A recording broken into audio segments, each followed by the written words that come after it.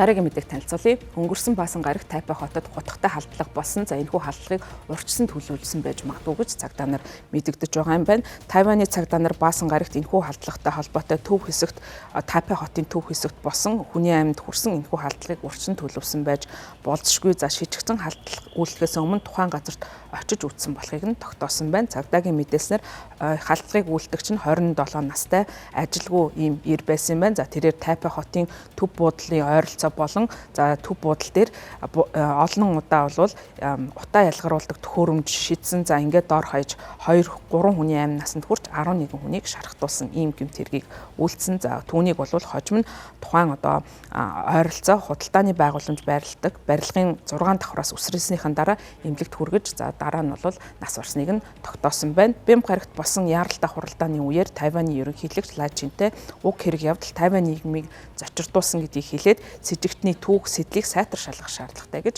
холбогдох албан тушаалтнуудад мэдэгдсэн байна. За тэрээр засгийн газар, олон нийтийн газар, чухал арга хэмжээ зохион байгуулагдах газруудад шуурхай арга хэмжээг авч одоо тодорхой цагдаагийн ангиудыг бол ажилуулж хүчийг нэмэгдүүлэн за олон нийтийн аюулгүй байдал, нийгмийн доктортой байдлыг хангах үндсийг бүрдүүлнэ гэж хэлсэн байна. Цагдаагийнхан шижигтнийг цэргийн албан татагдгаас татгалзаж цэргийн албан журамд саад учруулсан хэрэгээр эрен сурвалжлагдаж байсныг нь мөн тогтоосон байна. Шижигтэн мегмар гарагаас буюу халдлага болохоос 3 хоногийн өмнө хэргийн газарт явж байсан батлагдсан мөн пүрэв гарагт буюу халдлага болохоос 1 өдрийн өмнө хэргийн газарт байрлах худалдааны байгууламжинд очисон гэж цагдаагийнхан мэдэгдэж байгаа. Цагдаа нар одоогоор гэмт хэрэгтний хэрэг үйлдэх сэдлийг шалгаж байгаа бөгөөд халдлагыг урьдчилан төлөвлөсөн гэмт хэрэг гэж үзэж тогтоож байгаа юм байна.